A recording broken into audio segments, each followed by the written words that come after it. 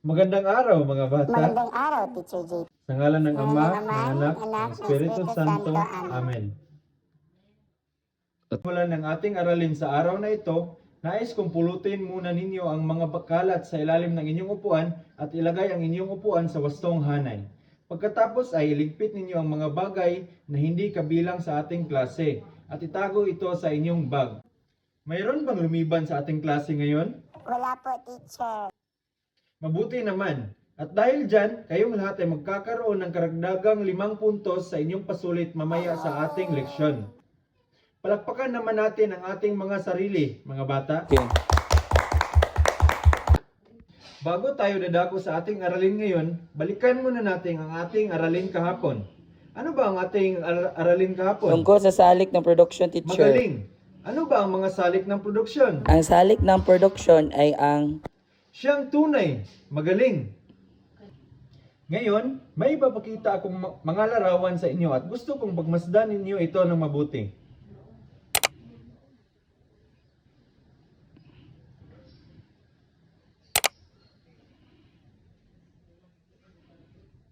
Ano ang makikita sa larawan? Banog-Banog Festival, teacher. Magaling. Anong uri naman ng kultura ang Panika Statue sa Impasugong at Banog-Banog Festival? Material o di material? Material! Mahusay.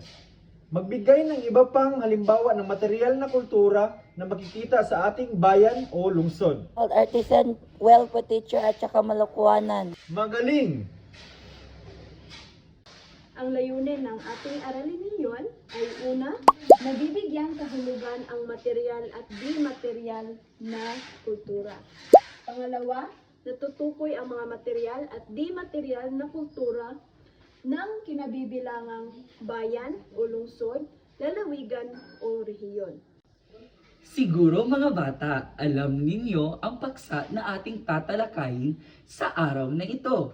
Ito ay tungkol sa uri ng kultura. Alam niyo ba mga bata na may dalawang uri ng kultura? Ito ay ang material. Ang kulturang material ay tumutukoy sa mga pisikal na bagay o artifact na nilikha ng isang kultura. Ito ay tangible na bagay na maaaring makita, mahawakan at gamitin. Ang mga ito ay nagsisilbing representasyon ng paniniwala, kaugalian at paraan ng pamumuhay ng isang grupo ng mga tao. Ngayon mga bata, ang kulturang material ba ay nahahawakan? Mahusay mga bata, ito ay nahahawakan. Sige nga, kung alam nyo ang isang material na kultura, magbigay kayo ng mga halimbawa ukol rito. Patawat ng Pilipinas? Mahusay. Sino pa? Ano pa? Siyang tunay. Magaling mga bata. Yaon ay ang mga halimbawa ng uri ng material na kultura. Ang pangalawang uri ng kultura naman ay ang di-material. Sa pangalang di-material, ang kulturang di-material ay tumutukoy sa mga di-pisikal na aspekto ng isang kultura.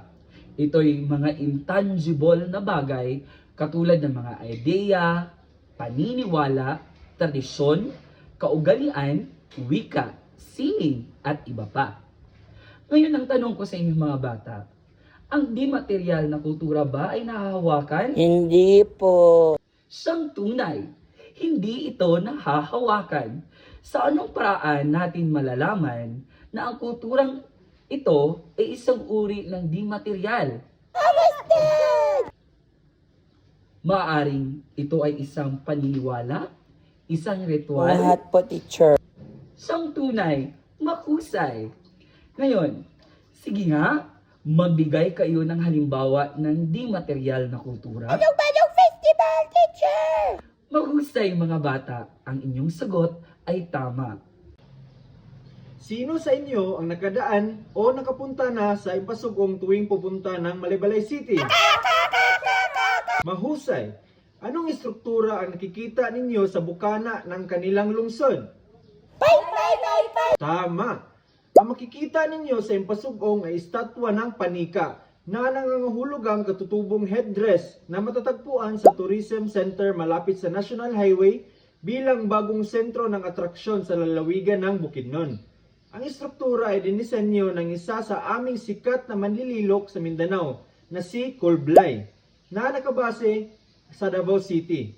Siya ay kilalang artista na may malaking puso para sa mga katutubo. Nika ay sumisimbolo sa isang sagradong responsibilidad na pangalagaan ang kultural na pamana. Ang ipasugong, ang 134 na taong gulang na bayan ng Bukidnon ay iminungkahi na ideklara bilang tribal capital ng lalawigan. Ang tribong Higaunon ay binubuo ng 67% ng ating populasyon sa munisipalidad. At sa paglipas ng panahon, napangalagaan ng tribo ang pamana nitong kultura na ipinamana ng mga ninuno nito. Ito ay isang halimbawa ng kulturang material. Ang kulturang material ay tumutukoy sa mga pisikal na bagay o artifact na nilikha ng isang kultura. Ito ay ang mga tangible na bagay na maaring makikita, hawakan at gamitin. Ang mga ito ay nagsisilbing representasyon ng mga paniniwala, kaugalian at paraan ng pamumuhay ng isang grupo ng mga tao. Naunawaan ba ninyo ang kulturang material, mga bata? Opo, teacher! Yes! Mahusay. Sige nga, ano ang kulturang material? Mahusay. Ngayon, magbigay ng halimbawa ng kulturang material na nakikita sa inyong bahay. Sa anong paraan ang huling hapunan nagpapakita ng representasyon ng kultura? Ito po ay paniniwala ng mga Katoliko, Siyang teacher. tunay, magaling.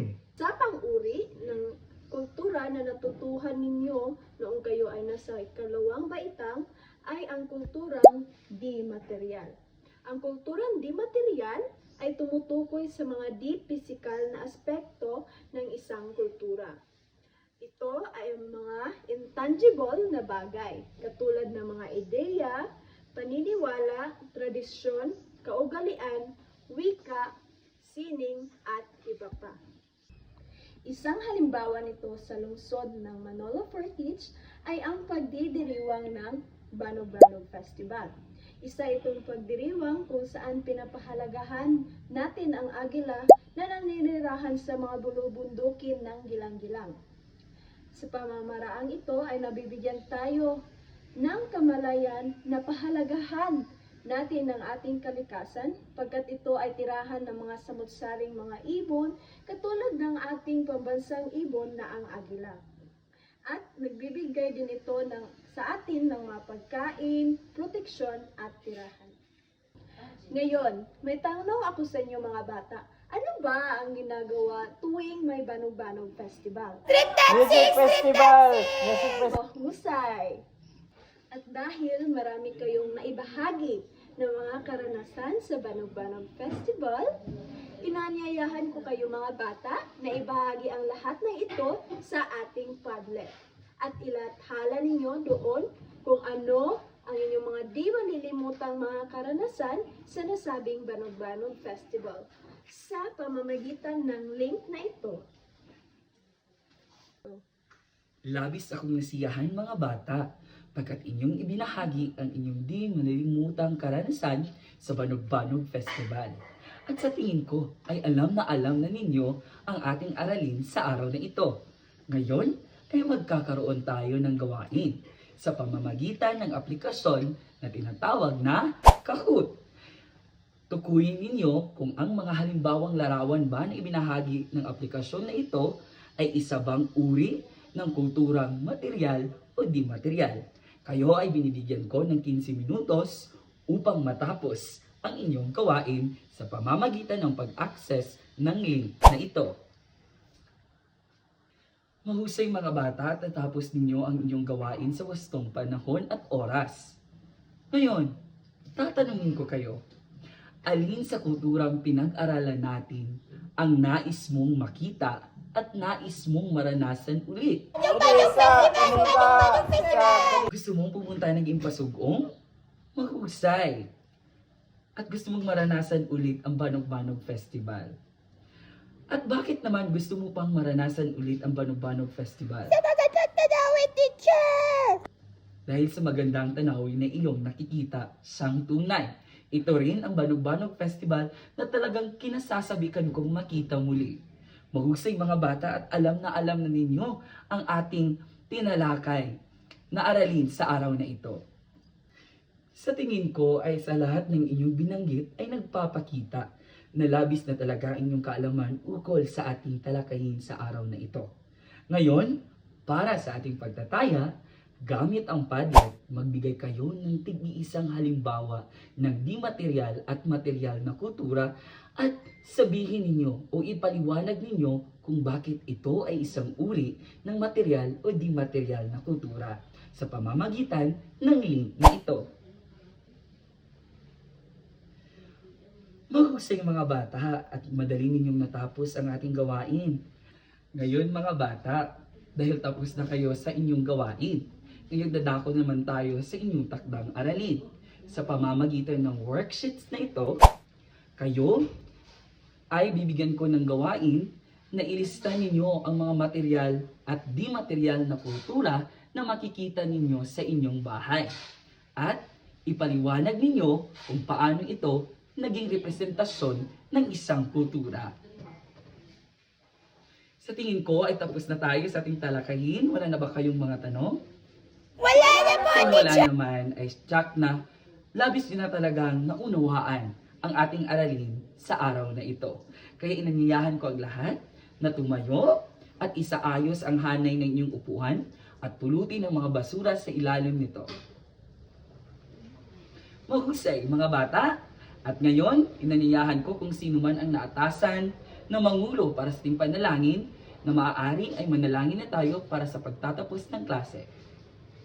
Ano ng Ama, ng Anak, ng Espiritu Santo. Amen. Isa na namang araw na puno ng kabuluhan at pagkatuto mga bata. Kaya, paalam na sa inyong lahat. Alam na po, teacher. Paalam na po mga kaklase hanggang sa muling pagkikita. Paalam.